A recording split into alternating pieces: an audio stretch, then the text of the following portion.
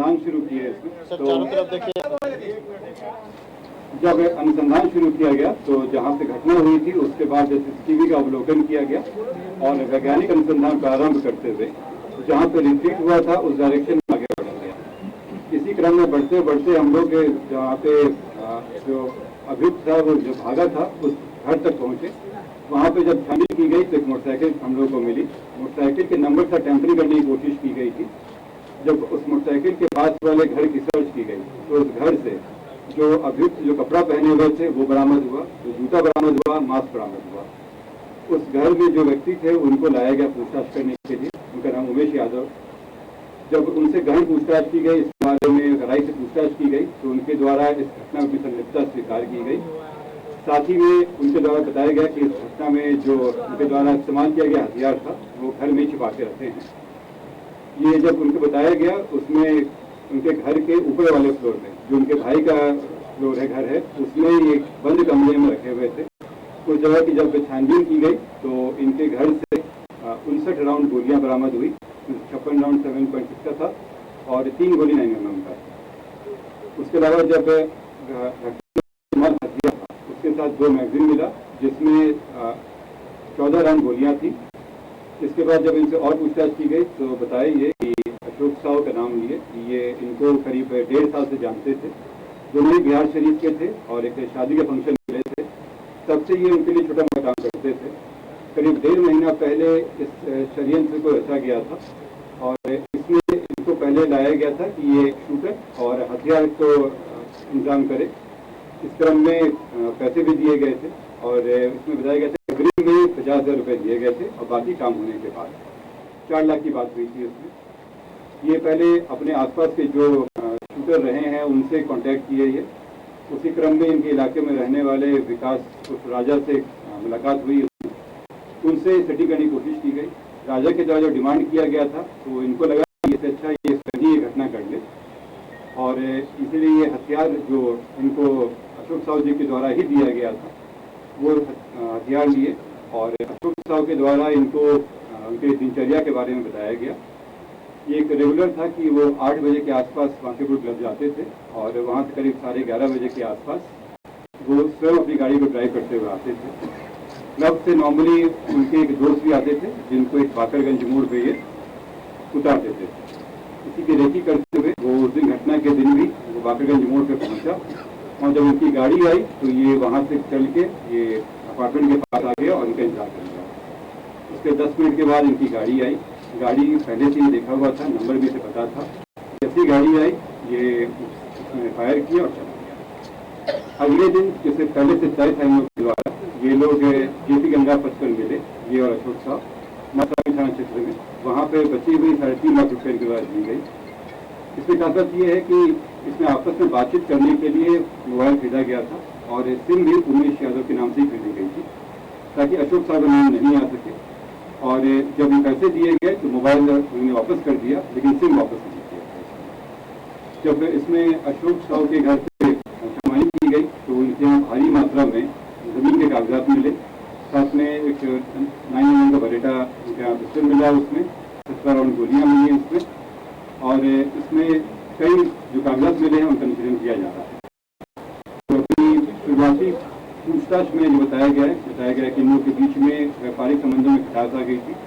जमीन के कारोबार में बताया जा रहा है। जो रैंसम का जो अमाउंट मिला रिकवर हुआ इसमें जो उमेश यादव है उनके पास से करीब 3,65,000 और जो अशोक साहू हैं इनके घर से 6.5 लाख रुपये कैश बरामद। जेल से क्या कनेक्शन किया? ये अंडर इन्वेस्टिगेशन है अभी, क्योंकि इसमें कई ऐसे तथ्य आए हैं कि जेल के द्वारा भी संपर्क किया गया है। कुछ और कारोबारी भी हैं जो जिनका इंटरेस्ट था जमीनों में और उनके द्वारा भी इस घटना में शामिल होंगे। जी ये इसमें क्या निकल के आया, इस कारण से हत्या की गई, आखिर इसका मोटिव ऑपरेंडी क्या था? ये अंडर इन्वेस्टिगेशन है लेकिन अभी जो बात आई है जमीन से बहुत सारे कागजात मिले हैं। जमीन को लेकर इन लोगों के बीच में खटास उत्पन्न हो गई थी। देखिए जमीन के भारी मात्रा में कागजात अशोक साहू के घर से बरामद हुए हैं। भारी मात्रा में कागजात हैं, 1-2 नहीं है बल्कि काफी वो जब्त किए गए हैं। अब ये लिंक करना पड़ेगा जो मृतक के पास जो सूचनाएं हैं उनके लैपटॉप में, उनके मोबाइल में, उनसे मैच कराया जाएगा। कुछ जो अशोक साव के मोबाइल हैं, उस मोबाइल में कन्वर्सेशंस आए हैं, जिससे ये पता चल रहा है कि ज़मीन का भयंकर विवाद है, जिसके कारण काफ़ी तल्खी चल रही है कई लोगों में। अब उन सारी चीज़ों पे अनुसंधान होगा, उनके आवाज़ मैच करा के देखा जाएगा कि वो कौन सब कर रहे हैं। तो ये भूमि के जो भारी मात्रा में कागजात अशोक साव के घर से बरामद हुए हैं, वो सब अभी नहीं शेयर किया जाएगा, लेकिन भारी मात्रा में जमीन के कागजात। गोपाल खेमका को ये टारगेट क्यों कर रहा था? ये तो बड़ी बात है कि बड़े नस्ल पे वो उनके बेटे के भी हत्या 2018 में। हाँ, इस संबंध में एसटीएफ के द्वारा इसमें काफी सत्यापन किया जा रहा है। एडीजी ऑप्स कुंदन कृष्णन जी, इस पर आप थोड़ा सा प्रकाश डालेंगे। देखिए, गोपाल खेमका जी की मर्डर में जो तथ्य आए हैं वो इन्वेस्टिगेशन में शूटर पकड़ा गया है। हम लोग के पास पुख्ता सबूत है कि यही शूटर है। कौन उसको पैसा दिया, अशोक साव पैसा दिए, इसका भी पुख्ता सबूत है। बरामदगी भी है, बैलिस्टिक मैच भी हो जाएगी प्रॉपरली।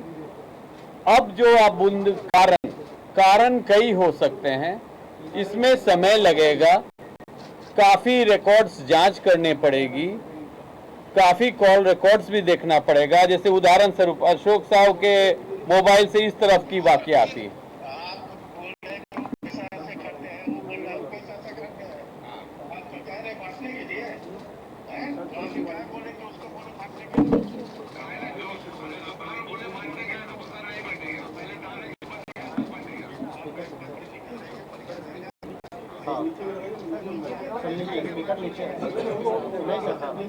अरे मेरे बदौलत है, ये आपके बदौलत है, तो आप उसका फल आप भरपूर उठा रहे हो। किसका बदौलत है?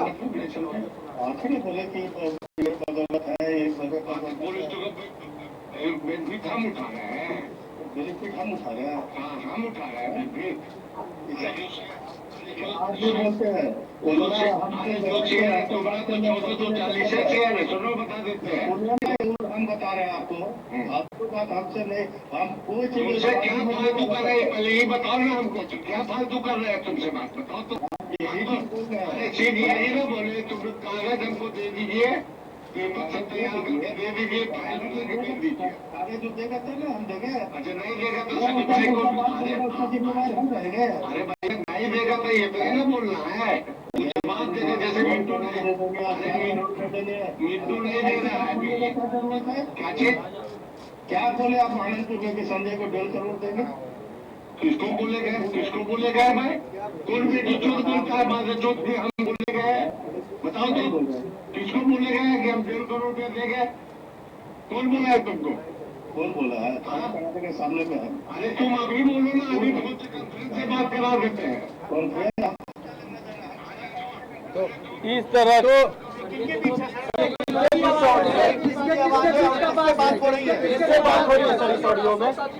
ये अशोक साव का वार्ता चल रहा है, इसमें उनका भी संदर्भ आया है, उनका भी नाम संदर्भ। ऐसे कितने फाइल्स हैं, बहुत सारे फाइल, परंतु अभी हम लोग तो बरामद किए हैं अशोक साव के घर से जो मोबाइल और उसकी जांच।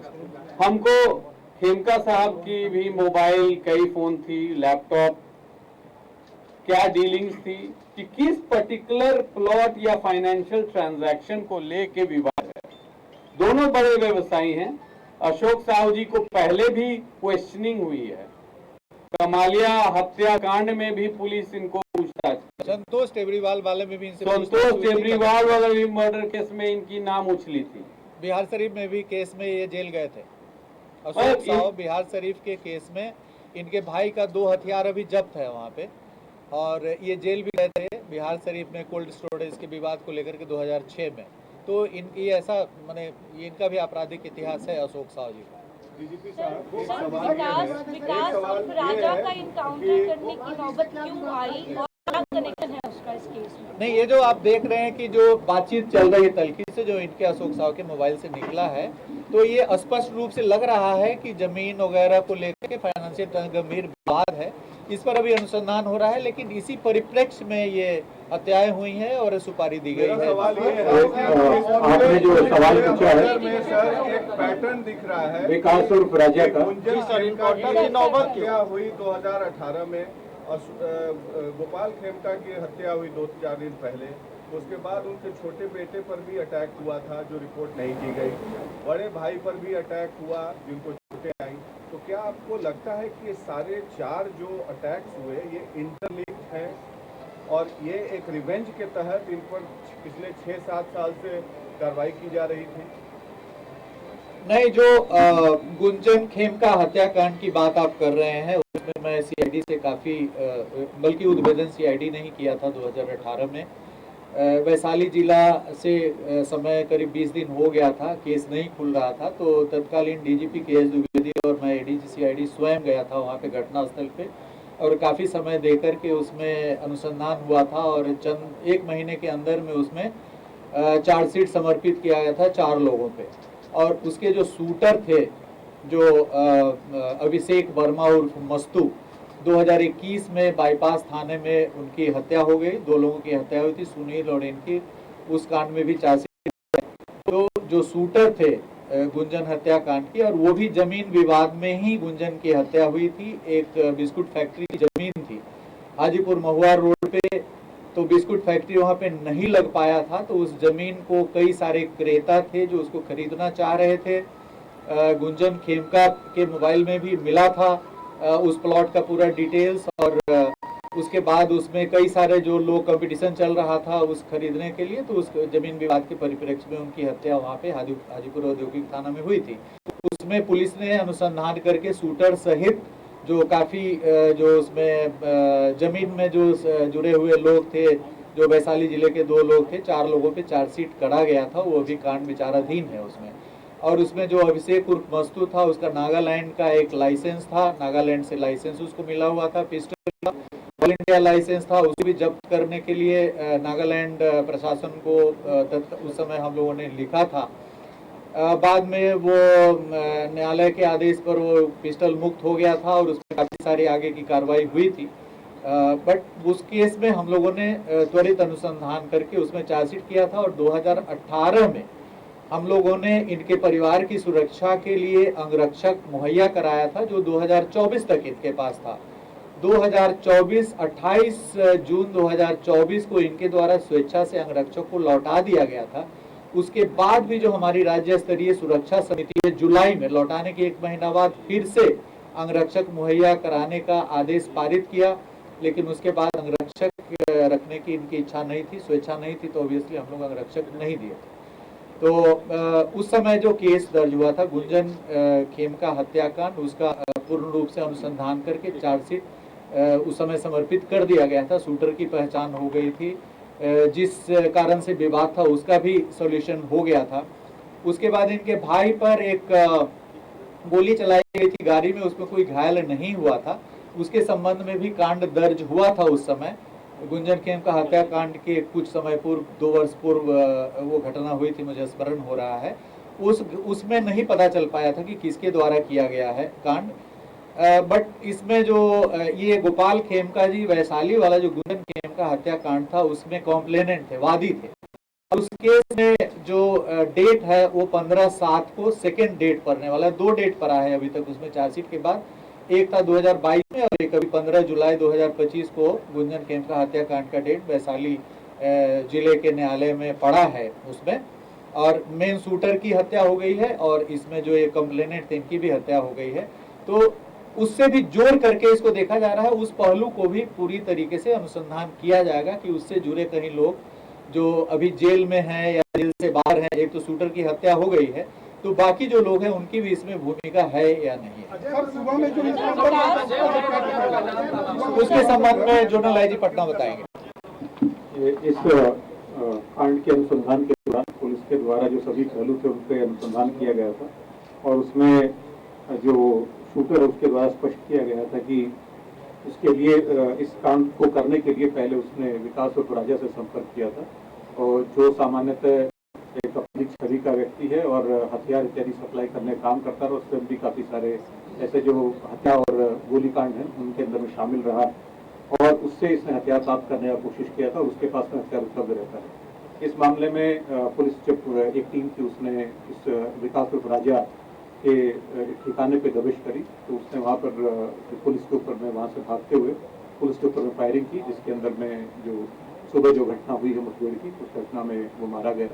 और इसके साथ ही क्योंकि इस प्रकार के जो तत्व हैं जो हथियार उपलब्ध कराते हैं और अराजकता फैलाते हैं, तो पुलिस का उनको संदेश देना चाहते हैं कि उनके साथ में कड़ाई से जो पुलिस उनके विरुद्ध में कड़ी से कड़ी कार्रवाई करेगी, और जो भी इस प्रकार के जो आपराधिक तत्व हैं जो इस प्रकार की आपराधिक घटनाओं में शामिल होना चाहते हैं, उनके लिए भी संदेश है कि पुलिस अपने किसी भी मामले में पीछे नहीं हटेगी। जहां पर भी पुलिस के ऊपर में हमला किया जाएगा तो पुलिस जो है विधिवत कार्रवाई करेगी।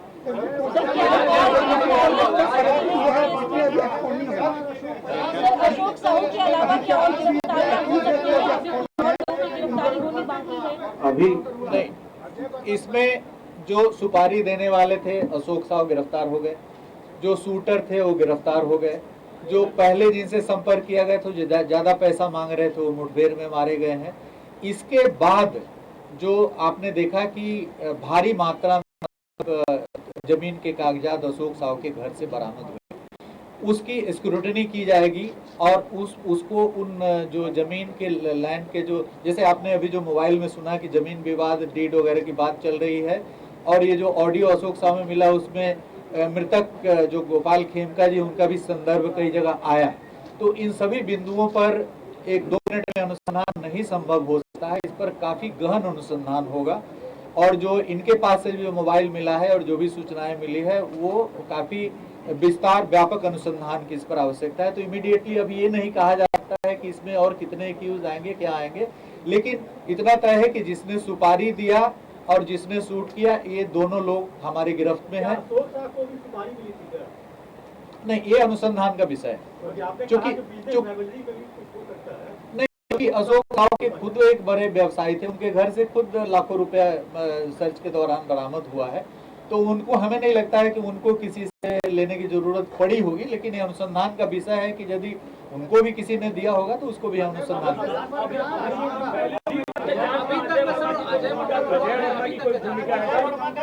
देखिए, अभी जो कोई भी हत्याकांड प्रतिवेदित होता है तो उसमें विभिन्न आयामों से अनुसंधान होता है। जैसे यही जो एक अभी जो ये हत्याकांड है, इसमें कम से कम 1 दर्जन दिशाओं में हम लोग अनुसंधान को ले गए। तकनीकी अनुसंधान से हम लोग धीरे धीरे आगे बढ़ रहे थे। उसके बाद जो शूटर्स हैं, जितने सारे शूटर्स हैं, सभी शूटर्स पे भी हम लोगों ने उसका चेहरा, उसका जो मोटरसाइकिल में आप जो दिल डॉल देख रहे हैं, ये आदमी का उस दिल डॉल से मिलान करते हुए हम लोगों ने दर्जनों शूटर्स के संबंध में अनुसंधान किया है। तो इस पर जो तकनीकी अनुसंधान के कारण जो हमें जहां तक एकदम लीड मिल रहा है, और वहां से जो शूटर मिला और उसके यहाँ से जो सुपारी के पैसे थे, जो अभियुक्त पकड़ाया है शूटर, इसकी बच्ची भी पढ़ती है किसी स्कूल में, 45,000 रुपया इसको फीस भी देना था, इसको फीस के लिए पैसा की कमी पड़ रही थी, जाकर के स्कूल में फीस भी जमा किया। तो हम लोग वहां से भी फुटेज लेंगे, करेंगे कि हाँ, क्योंकि जो पैसा लिया था उसमें से जितना पैसा लिया था उसमें 40-45 हजार कम बरामद हुआ है। वो बता रहा है कि हम स्कूल में फीस जमा की, तो वहां से भी हम लोग फुटेज संकलन करेंगे। तो इन सभी चीजों का अनुसंधान आगे बढ़ेगा और इस अनुसंधान में हर बिंदु पर अनुसंधान किया जाएगा, काफी व्यापक। बाकीपुर क्लब में क्या किसी अधिकारी ने इंफॉर्मेशन पास ऑन किया था क्या शूटर को उनका डेली रूटीन जानने के लिए? देखिए, बाकीपुर क्लब के सर्विस मेंबर थे, रेगुलर मेंबर नहीं थे, और हाल के कुछ दिनों से इनकी उपस्थिति बहुत कम थी, नगण्य थी बाकीपुर क्लब में। आप समझ सकते हैं कि क्यों, ये समझने की चीज है कि क्यों। तो शुरू में 2016 के पहले, आप समझ सकते हैं क्यों मैं 2016 बोल रहा हूँ, तो 2016 के पहले रेगुलर विजिटर थे वहाँ पे, 2016 के बाद से ये कम विजिट करने लगे, लेकिन सर्विस मेंबर वहाँ पर थे, रेगुलर मेंबर नहीं थे।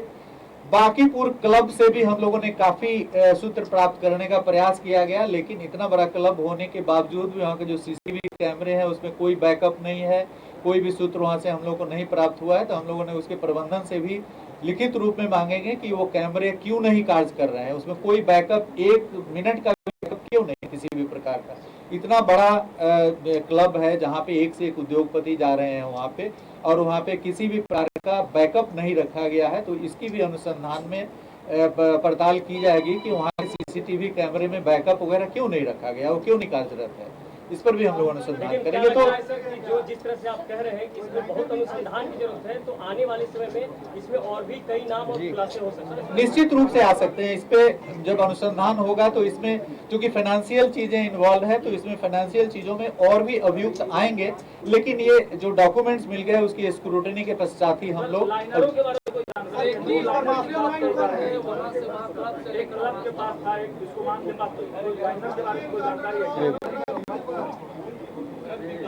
जैसा कि अनुसंधान में आया था, तो अशोक साहु के द्वारा इनकी जो दिनचर्या थी खिमका जी की, ये इनको बताई गई थी, और एक डेली का रूटीन था इनका 8 बजे का क्लब जाना, और 11 साढ़े 11 में निकलते थे, अपने दोस्त को बाकरगंज मोड़ पे छोड़ते थे और वहां से घर आते थे, और घर जब आते थे तो ये खुद ही ड्राइव करके आते थे। ये रोज का था।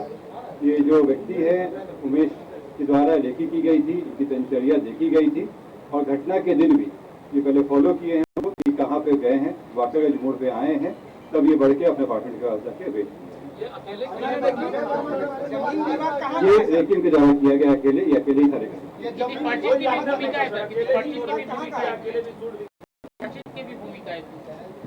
अभी जो दोनों अभियुक्त हैं उनको जेल में भेजा जा रहा है, फिर उनको रिमांड पे लेके उनसे गहन पूछताछ होगी, जिसमें बाकी सारे अगर किसी और की संलिप्तता है या बाकी और भी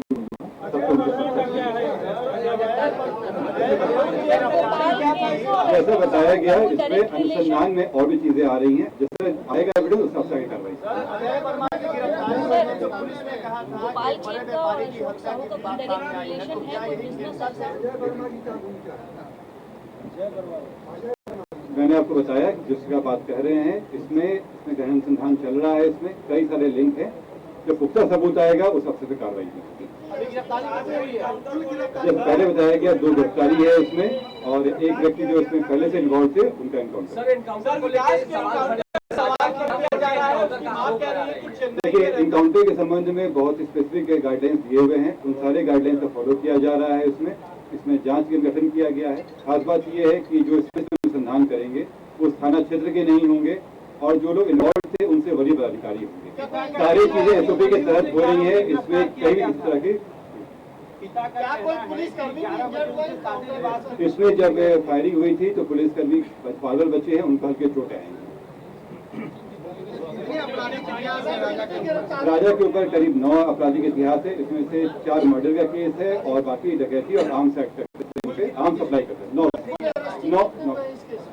मैंने पूरी बताया। 2 की अरेस्टिंग है इसमें और एक के मृत्यु हुई। देखिए, जब हम लोग इन्वेस्टिगेशन करते हैं तो बहुत सारी चीजों पे काम किया जाता है। उसमें बहुत सारी चीजों का समेकित रूप से चीजें आती हैं, कोई एक दूसरे नहीं होता है, सब चीजों को मिला के देखा जाता है।